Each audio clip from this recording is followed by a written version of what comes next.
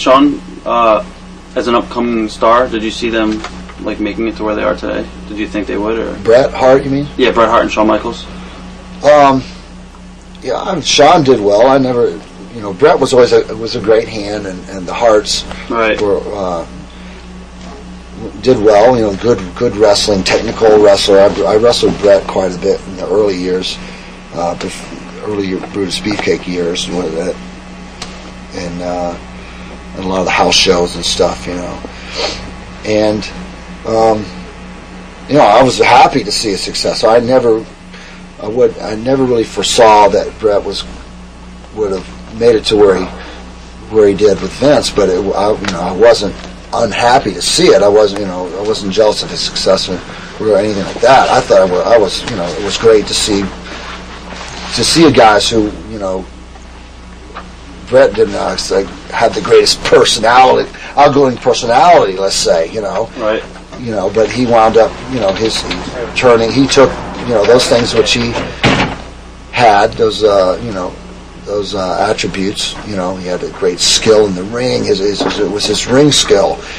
Bret wasn't always the greatest talker in the world, you had him and Neidhart tagged up for a long time there, and Jim would carry the load more on the talking end of it, I thought, but Bret did come around and and was able to really excel and did fantastic with Vince, and it was a shame to see Vince do what he did to Bret, and he actually used Shawn to do that, and Shawn and Marty Jannetty were a couple troublemakers back in the early days. I mean, they were constantly getting their hands slapped for screwing up all the time, and they were there's two kids and they were giving them a hell of a break.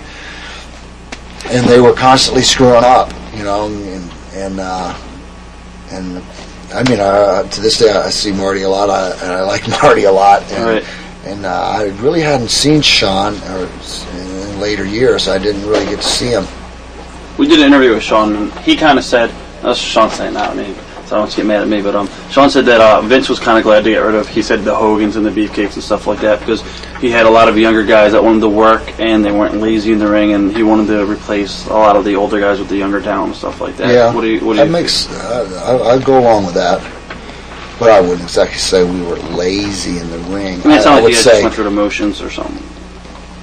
Well, there was the new, like I was saying, the new generation guys, the newer style things were starting to change. Right. You got the luchadors, and you got these guys who are smashing through tables and all the stuff. But I mean, take a look at the match I saw last night on TV between Undertaker and The Rock. I mean, they're not doing anything any differently than we did 15 years ago in the ring. The same match, heel and babyface.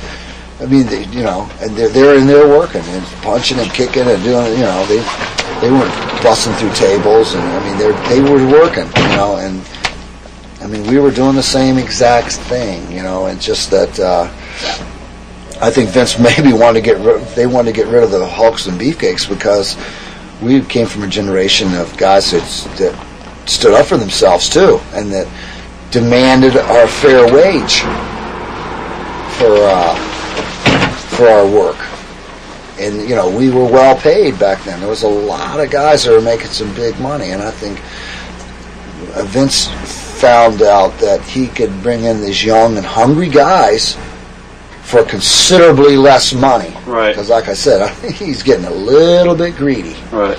And it was a contributory factor. They got.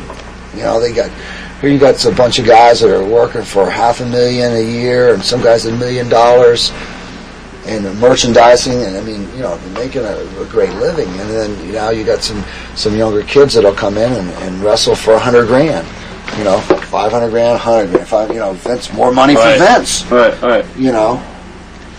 And he liked that, and some of the, I definitely say that some of the older guys were definitely, slowing down in the ring and everything like that. But I remember, I worked my butt off in the ring, and